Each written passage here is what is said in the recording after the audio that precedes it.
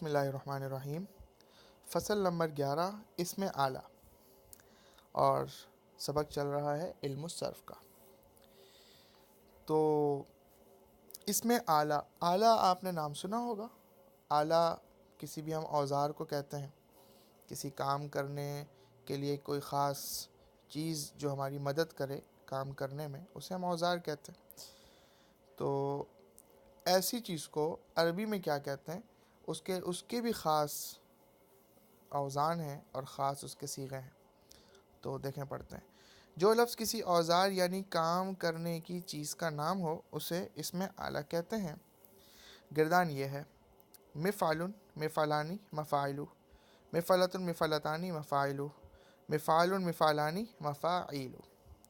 تو یہ اس کے 9 صیغے ہیں، تو واحد، تثنیہ اور جمع کے اعتبار سے۔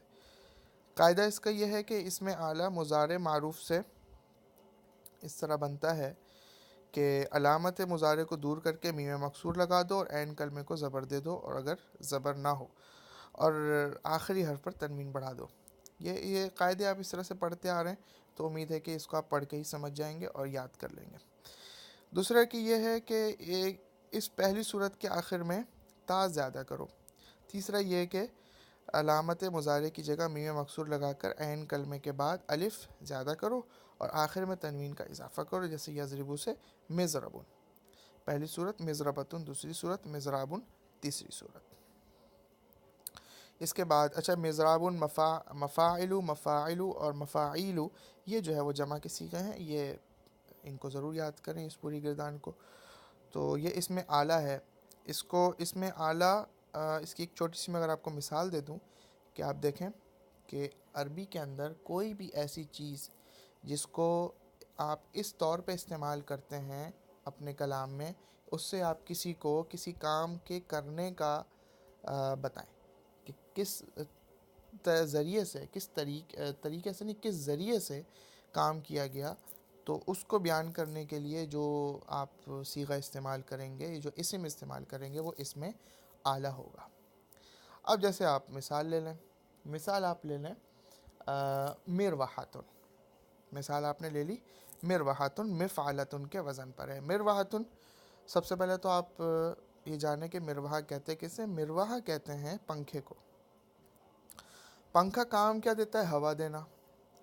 اور مروحہ کی جو ماضی ہے وہ را، واو اور ہا، یعنی رواحہ، ٹھیک ہے، راحہ اصل میں یہ پڑھا جاتا ہے، راحہ تعلیل کر کے جس کو ہم راحہ بناتے ہیں، لیکن اصل میں کیا ہے؟ رواحہ۔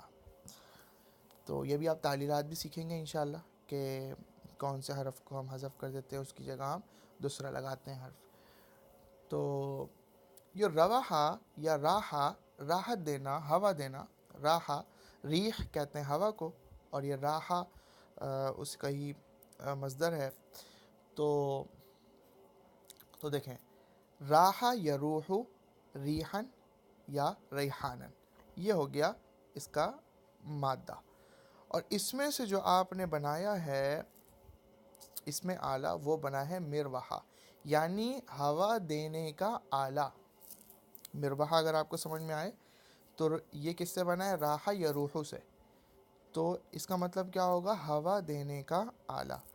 تو اب اسے سمجھ جائیے کہ اب کوئی بھی آپ کو کام کرتی ہوئی چیز نظر آئے تو اس کام کرتی ہوئی چیز کو جو آپ نام دیں گے وہ اسم ظرف کا دیں گے، اسم اعلیٰ کا دیں گے۔ اور اسم ظرف پیچھے سبق میں گزرا ہے، اس کی بھی میں آپ کو ایک مثال دے دوں اگر، تو اس میں اور اس میں فرق بس چھوٹا سا ہے کہ وہاں پہ جو صیغہ ہوتا ہے وہ مفعل کے وزن پر ہوتا ہے، اور اس میں اعلیٰ کے اندر جو ہوتا ہے وہ مفعل کے وزن پہ ہوتا ہے، میم کے فتح اور کسرے کا فرق ہوتا ہے۔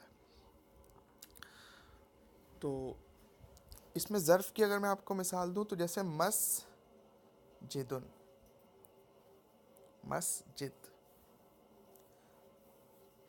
تو یہ ہے تو مسجد مفعل کے وزن پہ، لیکن یہ اس کو آپ مسجد بھی کہہ سکتے ہیں، یعنی کہ سجدہ کرنے کی جگہ۔